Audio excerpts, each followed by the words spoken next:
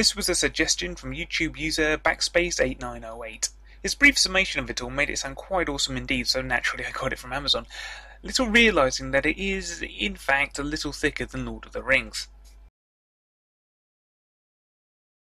The peninsula of the Palm has been split in two by the conquering armies of Igrath and Barbador. Hardest hit of the conquered provinces is Tigana, whose people have been subjected to a truly unique punishment. A travelling band of musicians is now looking to set things right and restore freedom to the people of the Palm. Third-person past tense throughout, certain aspects of K's sentence structure do take a little getting used to, but as is so often the case, once you do, it adds to the experience as a whole.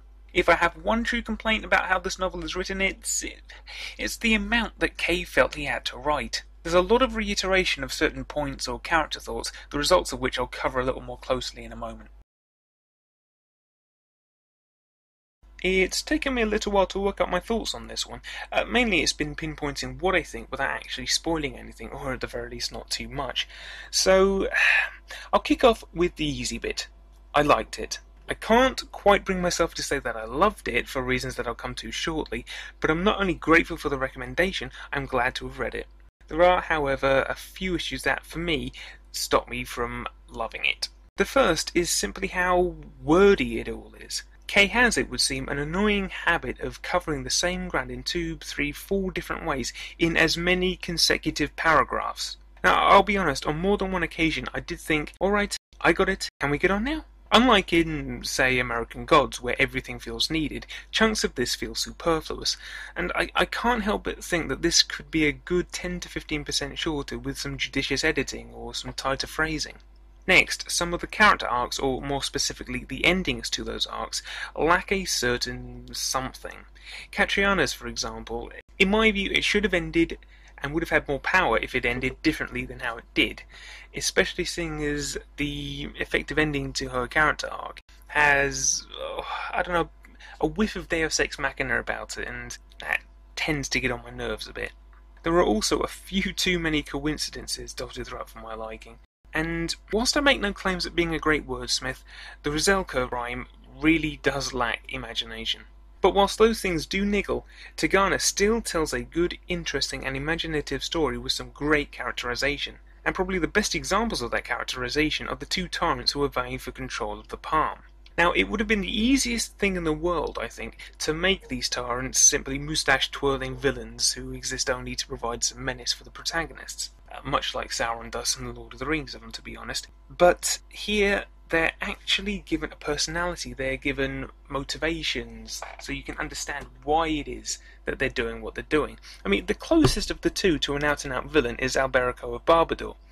He is, to put it mildly, a prick. His ambition is everything to him, and he cares not who dies so long as he can achieve those ambitions. But Brandon of Igrath is something else entirely. Aside from the usual hypocrisy of the bereaved warrior, he is immensely likeable.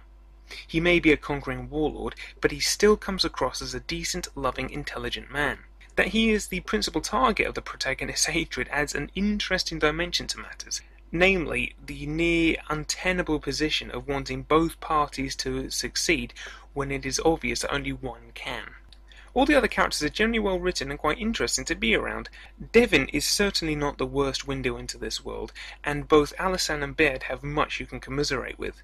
But for me, the best of the rest are Rovigo and Erlaine. Rovigo is an entertaining presence, and I'll be honest, I would have liked to have seen more of him and his family, for that matter, dotted throughout, just to flesh them out a bit. Erlaine, however, was for me quite the breath of fresh air, if only because it was nice to encounter a character who thinks that the main protagonists are full of shit. Beyond the characters, Kay does a pretty good job of building the world of the Palm. By necessity, we do end up with the occasional info dump, but it is handled quite well in that the characters don't know this information, and so it makes sense to be told in this manner. But what I found most pleasing, I suppose, was the Palm's basis in Renaissance Italy for its naming and pronunciation conventions. It makes a change, from my view at least, from the standard English medieval setting or the high fantasy elven tree-hugging setting that fantasy seems to fall into, or at least in my limited experience. Kay also manages to create a fairly vivid image of the Palm itself without resorting to excruciating detail, which I appreciate greatly. He also, in my view, does a pretty good job describing in text the various musical interludes, which is definitely a good thing considering the main set of characters are in fact a band of travelling musicians. Although I did earlier bemoan the wordiness, the story itself is actually quite well paced. It is set over a fair amount of time, so it was good to see very little use of the old 2 months later trick coupled with a short paragraph describing what's happened in that 2 months.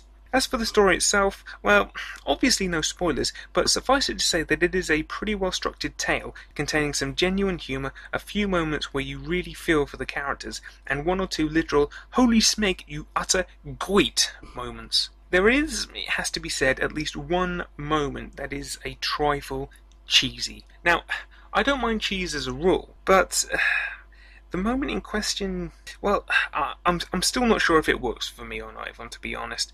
I'll let you decide when you if and when you stumble across it. Overall, Tigana is a good, imaginative, and mostly well-written novel, and whilst the few niggles do detract,